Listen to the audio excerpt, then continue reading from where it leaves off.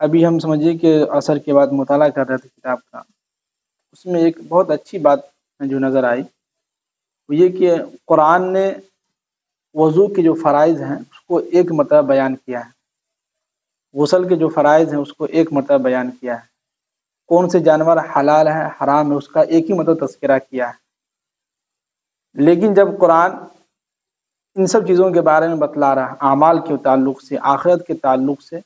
تو ہزاروں مرتبہ جو ہے قرآن نے بیان کیا کہ جو شخص بھی اچھا عمل کرے گا اس کو ہم کیا کریں گے،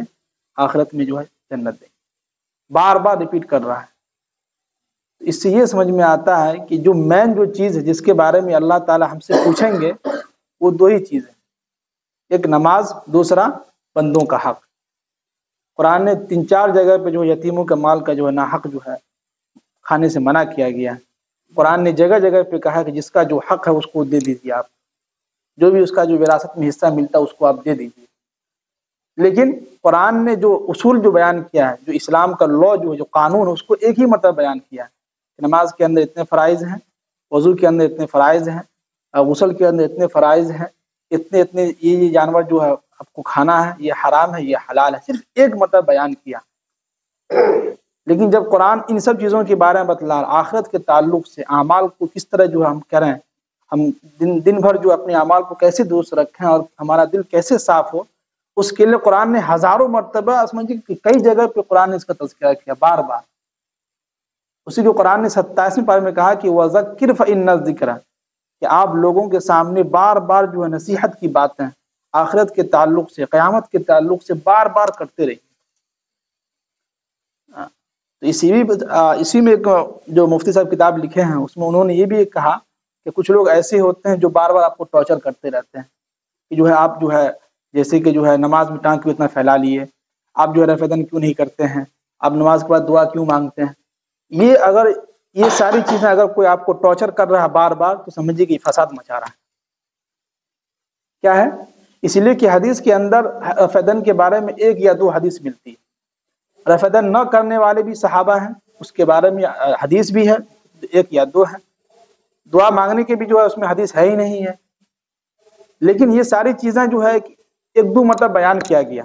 بار بار نہیں کہا کہ آپ کسی کو ٹارچر کیجئے، کسی کے پیچھے لگ جائیے۔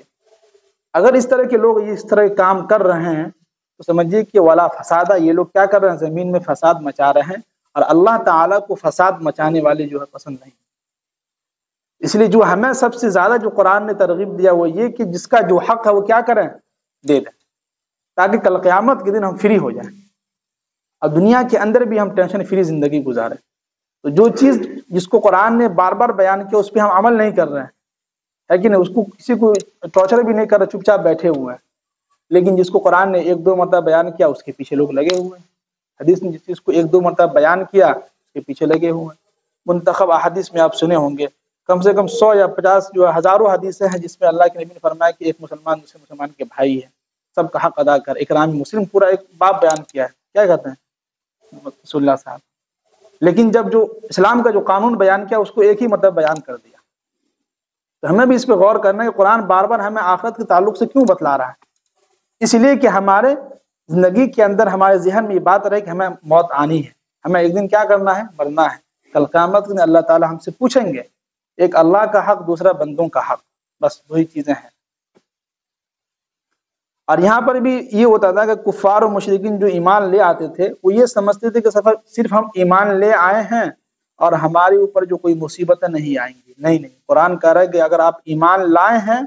تو ایمان لانے کے بعد آپ کے اوپر جو مصیبتیں آئیں گی، تکلیفیں آئیں گی، اس کو برداشت کرنا ہوگا، اس کو صبر کرنا ہوگا۔ جیسے کہ حضرت بلال رضی اللہ تعالیٰ عنہ کے بارے میں آپ نے واقعہ سنا، کتنے ان کے اوپر مصیبتیں آئی، کتنی تکلیفیں ان کو دی گئی ایمان لانے کے بعد، لیکن پھر بھی جو ہے ایمان سے فری نہیں، کہا کہ نہیں، ہم پھر بھی کہیں گے احد احد،